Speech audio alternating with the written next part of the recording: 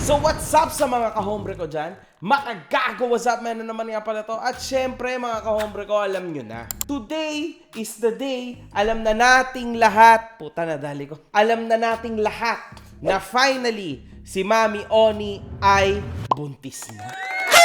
Yeah! Pero sige, panoorin muna natin ang buong storyline nila at tunghayan natin because this is a very special episode. So sana konti lang ang maging katangahan ni Napaye at ng kung sino-sino pa mga tolongges dito sa Toro family. Well, panoorin natin. Let's make it.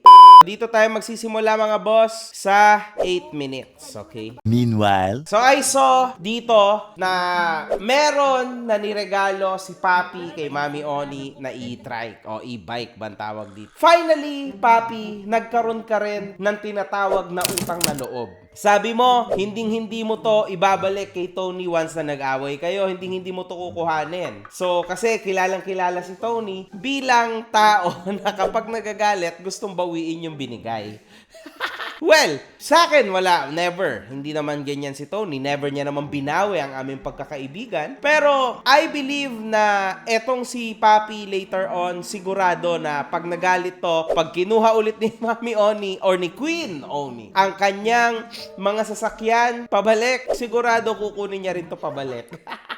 Pero sige, let's give her the benefit of the doubt, di ba? Tingnan natin kung totoo talaga to. But you know, this action is a very nice action from Papi because finally, may nabigay na din siya kay Queen Oni.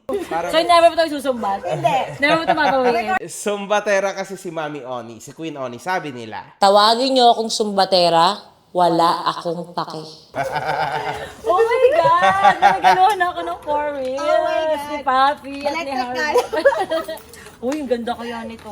Now, actually, that's beautiful. Anyway, Queen Oni deserves that. Gusto kong mapakinggan kung ano sinasabi nito si Wrong Turn. Pakitang gilas yan para kunyari, mabait siya. Kung totoo mahal niya yung pamilya, anong petsa na? Nakita niyo bang pinahiram niya yung bata? Dinaan pa sa material na bagay. Ay, wag ako.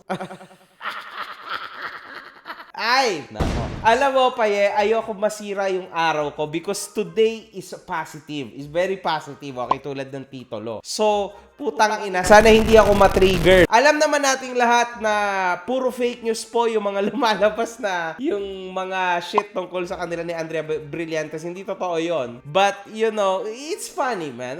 Kita mo naman si Paye is really a misunderstood motherfucker. Akala ko makakapagpahinga ako. Ewan ko ba? Bakit sa akin inaasa lahat ng responsibilidad? Paano na lang yung Toro family kung wala ako? I think this is... I think dahil to sa action niya kay Tyrone. Oh my God, man. Paye! Napaka-plastic mo. Legitimate yung sinasabi ng mga tao. Sana hindi lang yung ilong ang sinurgery mo. Dapat pati utak mo. Hayop ka talagang bata ka. Nanggigigil ako sa'yo! The happy family. Saya rin sila actually. Araw-araw na lang ginawa ng Diyos. Okay. Hindi naman ako nagreklamo. Papi, paano hindi ka nagre-reklamo? Ayan na nga, nagre-reklamo ka na! Inayupak. Dahil sa akin yan. Kaya yung pagbubuntis ko, as much as possible, hindi ko siya dinadahilan sa mga bagay-bagay. Paano hindi mo dinadahilan? Ayan na, oh, papunta ka na sa pagdadahilan mo. So, 2 in a row po niyang kinakain yung sinasabi niya. Pero this time talaga, yung antok ko, hindi na makatarungan. Ilang araw na akong puyat, 2 hours lang yung tulog ko. Kung makumpleto ko man yung 8 hours of sleep sa isang araw, is putol-putol. Ayan, buntis pa more. Ay, isa pa, ipinaglalaban niya yung teenage pregnancy, di ba? Ayan yon, papi. There you go, you stupid fuck. Naintindihan mo na dapat inintay mo muna yung tamang edad mo, tamang maturity mo, tamang sitwasyon mo before you even had kids. Yan yun. Tapos ikaw ang lakas pa ng apog mo na magsabi sa mga tao na sa mga bata, sa mga teenagers na it's okay to have kids. Okay lang yan. Na mas bata ka, mas okay para kalaro mo. Ayan, tangina ka. Ayan, laruin mo ngayon sarili mo dahil malungkot ka, di ba? Play with your fucking self now. Sa katawan, bilang buntis na na kailangan ng mayat-maya pahinga, mayat-maya tulog, tinatry ko namang i-prioritize yung trabaho eh. Sa totoong mundo, papi, uulitin ko to, teenage pregnancy, di ba? Sa totoong mundo, papi, numero 1 ang trabaho. You are lucky because Queen Oni is at your back every single time and she's on top. Kaya kahit anong mangyari, nauulanan kayo ng biyaya. Kasi she's a very good leader. She's the queen at the end, di ba? You are lucky na kahit makatulog ka, kahit puyat ka, kahit ganito, ganyan, it's fine, man. Kakain at kakain ka pa rin. Paano na yung mga pinupush mo na okay lang na mag-teenage pregnancy? Putang ina. Puta, hindi pwede yung ganyang excuse, papi. Yung ganyang excuse, papi, tinatadyakan sa likod, tapos mawawalan ng trabaho, mawawalan ng pangkain, mawawalan ng pambili ng gatas at diaper, hayop ka. Samantalang ikaw, para sa'yo, madali ang teenage pregnancy. How about sa iba na walang Queen Oni sa likod? Paano yon? Diba? Kapal na mukha mo eh, no? Puyat! Wala akong maayos sa tulog. Parehas naman Naantok tayo. na nga ako, hindi nga kaya ng katawan ko. Parehas naman tayo. Sabi niya, hindi naman sa hindi ko nabuntis ako. Ayan, nasabi mo na naman, papi, buntis ka. Buntis. Man, now you understand. Ibig sabihin, wala ka pa talaga sa point of that maturity na kinakailangan kapag ang isang babae ay dapat mabuntis. Putang ina, wala ka pa dun sa point na yun, papi. Kasi tangina, tinan mo, look at yourself, man. Parang nilalaro mo lang yung buong sitwasyon. But again, you are lucky because Queen Oni is there. Toro family is there to freaking help you. You lang, you look at yourself, man. Look at your fucking self. Tapos naisip ko, hala, 5 days na akong delay. Yo! Parang imposible kasi bihira lang naman kami magkantutan ni Jowa. Kantutan talaga. Nasitest ako, tapos hindi ko na na-video kasi nga parang wala lang naman to. Akala ko sasama ko to sa mga documentation ko na papakita kong negative. Kaya ayun, binalikan ko yung PT ko. This hits hard, man. For real. Ayoko to mga gantong drama. Nalungkot ako dito, man. Sorry, guys. Pero bibigyan ko kayo mamaya ng maganda reaction at kung ano masasabi ko. Eto naman yung reaction ni Tyronia. I wanna see this. Now they are about to cry here for real. Tignan natin si Tyronia.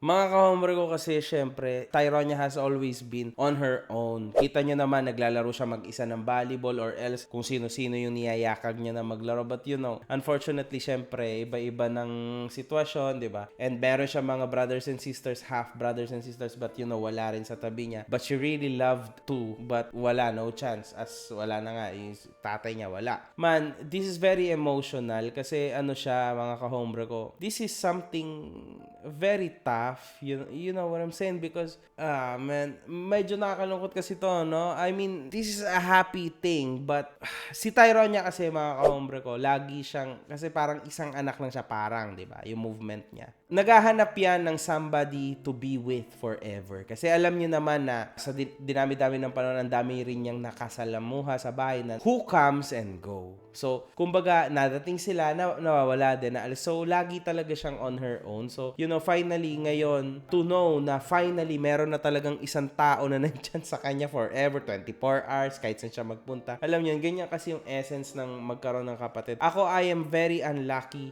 na wala talaga akong kapatid, mga ka-hombre ko, kahit half brother, half sister, wala talaga akong ganun. Mag-isang anak lang talaga ako. Si Tyronia, actually, she's luckier kasi kahit pa paano meron talaga siyang half sister, half brother, ganyan.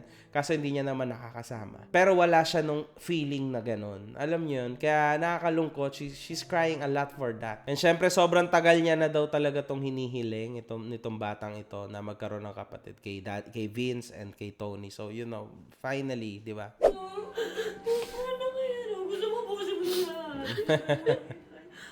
Ate na ako! Oh my God!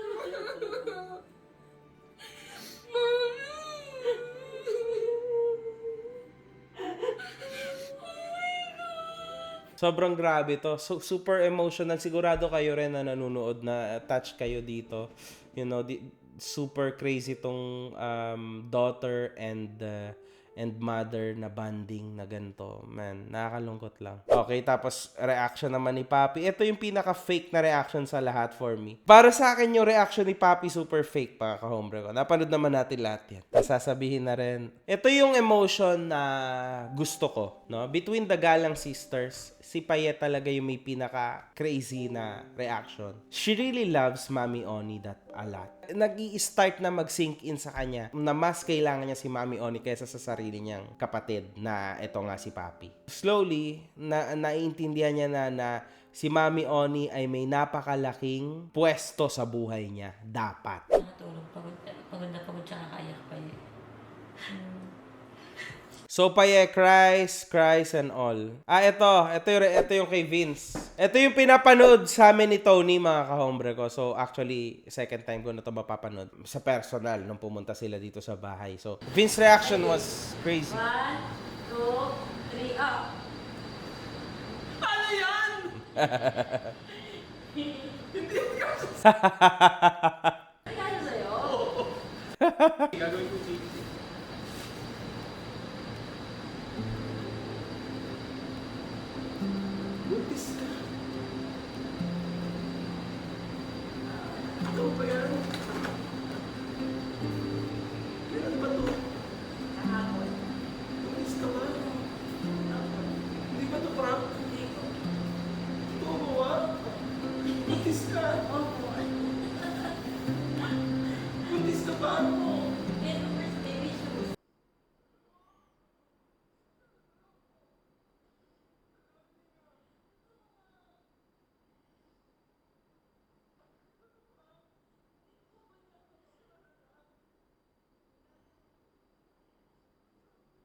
Super priceless tong gantong reaction. Makikita nating lahat na sobrang emotional ni Vince dito and I respect him for this. Hindi ko siya magagawang pagsalitaan ng masama, man, because I've been in this position. So para sa mga hindi pa tatay dyan, dahil wala pa sila sa edad, don't do it. Huwag kayong mag-aanak, magbubuntes o bubuntes kung wala pa kayo sa right age, okay? Pero para sa mga tatay na tulad ko, this is very much understandable. This is crazy, man. Kasi sobrang dami ng emotions na galo-halo. So, this is the legit one. Ito yung legit na reaction ng bagong tatay.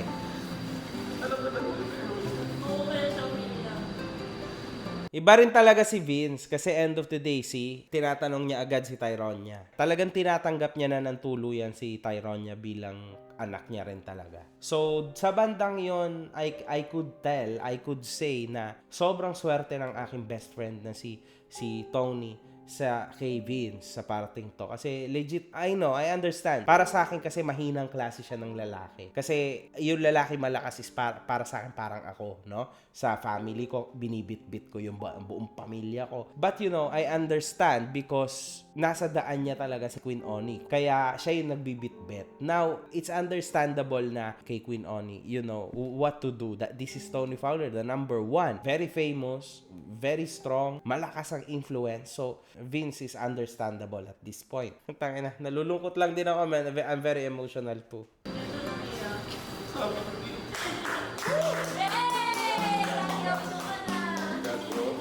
I'm very happy anyway, man. I'm very happy. Let's move on. Malayo sa pagkakatanggap ng mga pamilya ko. Ganda yung message ni Tony. Kasi dati tinakwil ako nung nalaman nilang buntis ako kay Tyronia. Ngayon kasi masaya sila para sa akin. Dati ang tawag nila kay Tyronia, disgrasya yan, disgrasya. Disgrasyada ka. Ngayon, ang tawag nila, regalo yan. Ano pa man yan, para sa akin, pareha silang blessing. Dito sa bandang to, mga ka-hombre ko, makikita talaga natin na si Mami Oni ay one of a kind talaga. Kasi sa totoo lang, syempre, lahat ng tao nung pinagbubuntis niya si Tyronia was against her. Dahil syempre, bata pa, ganto ganyan, naasa sa ganto, walang trabaho, ganyan. Yung ex niya, yung nakabuntis sa kanya, was even mas tamad pa. So, wala talaga, game over talaga sila. Sa isang banda, hindi ko rin naman masisisi yung mga tao na nagsasabi kay Tony kasi, nasa Philippines ka where you get judged easily, super easily. Isa ang nakakabilib. Kasi hindi lahat kaya yung ginawang desisyon na to ni Mami Oni. Konti lang ang may kaya sa ganto. Yung panindigan, yung mistake niya daw. 'Di ba? Sabi ng mga tao. Now, look at her. Ayan yung lesson, mga kahombre ko. Para sa mga kapwa ko Pilipino, ayan yung lesson. Kapag nafe-feel mo na tama ka, you stand your ground. Huwag kayong kokopya ka lang. Gagaya-gaya ka lang. Tulad ng pag ang isa ay may decision, sige, sa'yo na rin ako. No, be logical. Pakinggan nyo yung puso nyo. Pakinggan nyo yung sarili nyo kung ano ba talaga yung gusto nyo. Kung ano yung pipiliin mo na choice. Mahalaga din yun. Diba? Tulad nito si Mami Oni. Life goes on. Alam nyo yun. Tas it's not how you start. It's how you finish at the end. So, kung makikita nyo, nasa na yung mga nagsabi kay Tony na disgrasyado siya and all. Definitely, hindi sila mas mataas kay Tony. Tingnan nyo kung nasa na si Tony. But to be in this position, ang dami ni Tony na nilunok, ang dami niyang ginawang sacrifices, and ang dami niyang tinalikuran na tao na nagwalang iya sa kanya. Queen Oni is the history of a brave, strong woman. Legit yan. Sa buong mundong to. At ngayon, ang naging lesson sa akin, iba pa rin talaga kapag nag-anak ka at nagdesisyon ka na bumuo ng sarili mong pamilya nang nasa tamang edad ka. Yon. Tamang edad. Tandaan nyo yan. Kailangan ko ng reaction personal ng malapit din sa akin na si Dr. RFD at ang best friend kong si Joanna at saka si MG. So here, I was very shocked. Nandito kami, pumunta kasi sila dito sa bahay. As I told you guys, man, from the beginning, I already knew. Doc RFD, siya po yung owner ng Urban Smile. You know, I love Doc RFD. Siya yung may gawa ng gold teeth ko. So, you know, he's very important to me too. Dami niyang naitulong din sa akin, you know, morals, tas personal. Siyempre, yung misis ko, beautiful wife. Mahal na mahal namin yan si Tony. Talagang family ko to si Tony, man. That's why, siyempre ako kasi, mga kahombre ko, hindi ako madramang klase ng tao. Alam niyo naman yung karakter ko, yung image ko sa social media. Alam niyo, that's about right. Pero alam niyo yun, man. I can't be carried away. Hindi ko ibibigay sa inyo yung lungkot ko, yung emotions ko, because I need to stick sa character ko on who I am. I just can't cry. Hindi ko kaya yung ginawang reaction ni Merk. But Mami Oni, Queen Tony knows how happy I am. Behind the camera, behind all of this, ako yung pinakamasaya, Tony. Ako yung pinaka-totoo. Ako talaga yung pinaka nagmamahal talaga. Hindi ko alam, syempre obviously marami ka rin namang friends. But you know, marami na akong napatunayan sa'yo, kami ng misis ko, kung gaano kami katunay talaga na kaibigan, family sa'yo. Medyo magulo to, mga kaombre ko. Pero pakinggan natin sa mismong doktora, no, para to understand. Kasi nandun ka sa, ang tawag dito, nandun ka sa borderline. Kumbaga parang sinasabi dito ni Doc na parang sobrang aga pa, no? Sobrang aga pa. Too early to tell. Too early. Mamayang gabi kaya to. Hindi. Nalaman niya na nakatulog pala yung editor namin at hindi na public ang reality show namin ng alas 12 ng tanghali.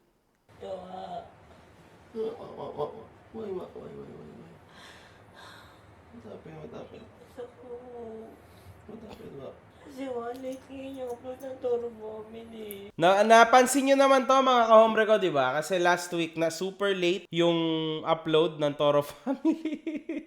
Nayari tuloy si Jansky ngayon. Nako, tangina. Nakatulog kasi sila. Ito yung gabi after nilang pumunta dito sa bahay. So, bali, sobrang late na kami natapos. I think 4 a.m. So, wala na rin silang tulog. So, baka nakatulog na sila sa sobrang pagod nila. But that night, hindi kasama si Jansky. And, man, nagulat ako na, what the hell, ba't wala pang upload si Mami Oni? 12 talaga siya nag-upload. Actually, kay Tony ko natutunan, mga kahombre ko, yung maging always real sa mga followers mo na do not let them down sa time, sa movement mo, sa pag-upload mo. Kasi marami kang haters, sabi niya sa akin. But at the end of the day, meron at meron talagang naghihintay talaga sa'yo. They are there, pero do not let them down. Ayan yung pinakaayaw ni Mami Oni. That's why she's crying her ass out. Aga naman ako, Totoo to, mga kahombre ko, ha. Ganyan talaga ugali ni Mami Oni. You know, she loves every bit of her fans. Kaya siya talaga tinataas ng mga fans niya. That's why she's the number one in YouTube Philippines now. And I'm very lucky na merong tao na nagpupush sa akin, and ang nagpupush sa akin is Queen Tony, you know, to do my thing. Nabibigyan ka naman ng opportunity eh. Opportunity. May kasama kang pamilya. Hindi mo nag-gets yung point ko eh. Kaya nga ngayon nga, di ba masama loob mo dahil nagsinungaling ako, ano ang gagawin natin? Dito, mga kahombre ko, lumalabas yung ugaling hindi maganda ni Charis. I don't like this Charis Pempenko. I don't like this stupid pyramid bullshit of your ugali. Kasi una sa lahat, bakit pyramid? Nandito sa top yung kaasbagan mo talaga. Wala ka sa posisyon para magreklamo. Nakikita ko dito nagrereklamo si Odi. Pagod na siyang bastos-bastosin ni Marie. Pagod na siyang ganito yung ginagawa niya sa buhay niya. Wala siyang trabaho. Nagbibigay siya ng parang nalulungkot siya para sa sarili niya. Well, Odi, wala naman talagang ikakasaya sa sarili mo. Ang gusto lang ni Mama Marie ay yung maintindihan mo yung mga pagkakamali mo. Kasi hindi naman tanga si Mama Marie. Alam niya naman na patungo ulit kayo sa pagbabalikan nyo. Kaso lang, di ba, you need to learn your fucking lesson kasi stupid ka at immature ka. So, kailangan ni Mama Marie ay yung Odi na mas matured. So, yan lang yung nakikitang way ni Mama Marie. So, you should respect this. Hindi yung ikaw pa yung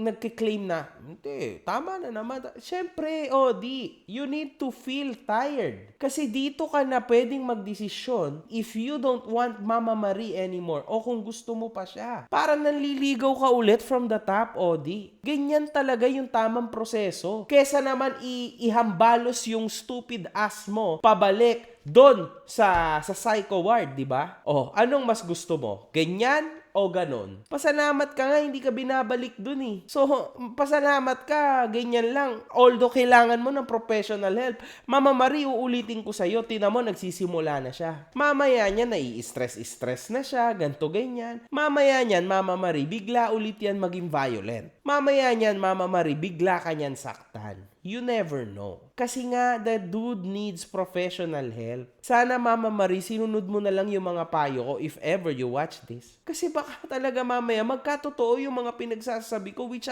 wag naman sana. Kasi sa tansya ko lang, no? Tansya ko sa kanya, look man, nag-iba yung timpla niya dito. Nakakatakot lang kasi napapaligiran siya ng mga bata, ng mga babae. This is not good. The guy still needs that break. Yung break na yan. Hindi enough na chinupa siya ng bakla or some shit like this. Hindi enough yun. Talagang kailangan niya magpatuloy sa therapy niya, mga kahombre ko. When will Marie learn?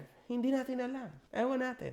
So yan, mga kahombre ko. For today, hanggang dito na lang ang reaction ko. Pero, ito ay literal na comment ko sa aking best friend na si Queen Oni. Para sa akin, mga kahombre ko, I was very shocked. I do believe na kita naman natin na Mami Oni is a great leader.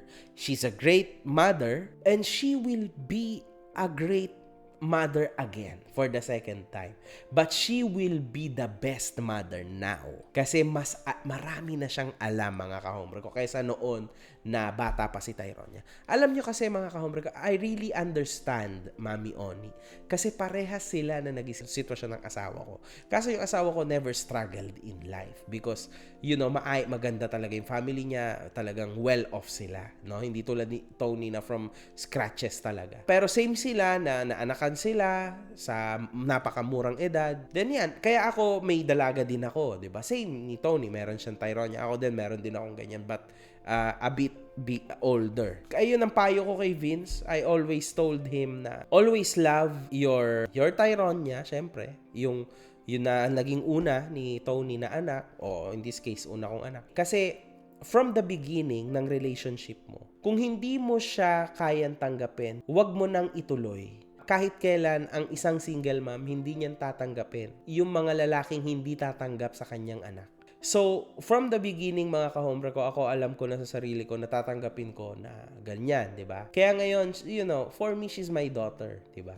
So, kay Vince, nakikita ko sa kanya yung fire to be to be that dad for Tyronia too. Pero the way is still long. Hanggat hindi pa kayo kasal, ang hirap niyang paniwalaan, no? Because tulad ko ako, nung nagpakasal na ako, doon nila na-realize na shit, this guy is very serious actually. So, yan, ayusin na namin yung papers para maging legally tatay na talaga ako ng anak ko na babae, di ba? Kasi iba pa rin yung legally done than pinagsasabi mo lang, di ba? So, ngayon, syempre, believe ako kay Vince na napakabait niya talaga, mga ka-hombre ko. Actually, Vince has a splendid and big heart. That's why minahal din siya ng best friend ko na si Tony. May mga lapses lang siya tulad ng super immaturity niya. That's because of his age. He's too young. But I know na he'll be a great father too, tulad ni Tony. Kasi mas marami na rin siyang nakita mga baby, di ba, na dumaan, and now they are quite big, tulad ni Happy. I know he'll be a good dad. Tas si Tyronia, kahit papano, nagkakaroon naman din siya ng experience, no, sa bata. So I think he'll be a good dad. Now, kay Queen Oni naman. Queen, ako ay inilalagay ko na yung sarili ko bilang ninong ng anak mo. Don't worry, mayaman naman ako. So, kaya ko naman maging ninong talaga na maayos na ninong sa anak. I still believe na lalaki yung anak ni Tony. So, so Tyron. Yun, good luck, Tony. I don't need to tell you other stuff, other things. Kasi, alam mo na yan sa sarili mo. You feel this, man. Kilala mo, you feel this. Okay, so hanggang dito na lang ako, Tony. I love you. My family loves you. Man, wala tayong iyakan. But I know na matagal mo na yan dinadasal. Dinadasal ko din to para sa'yo, man. But this was very unexpected na si Vince talaga. But I'm very happy kasi finally nakamit mo yung gusto mo. So now, it's about time na ipakita sana ni Vince sa mga malapit sa'yo na talagang lalaki talaga siya for you. I'm very excited. Kasi alam ko sa path na to, mga ka-hombre ko, kasama rin ako dito for sure. Kasi may magkakaroon siya ng ups and downs for sure. Tantrums and everything. So, I think she'll need me too. So, I'll be here, Tony, along the way. Even after, pag wala nang may gusto sa'yo, I will still be here for you. So, yun lang, Mami. Queen, enough with this shit, man. One love. Good fucking vibes. Thank you.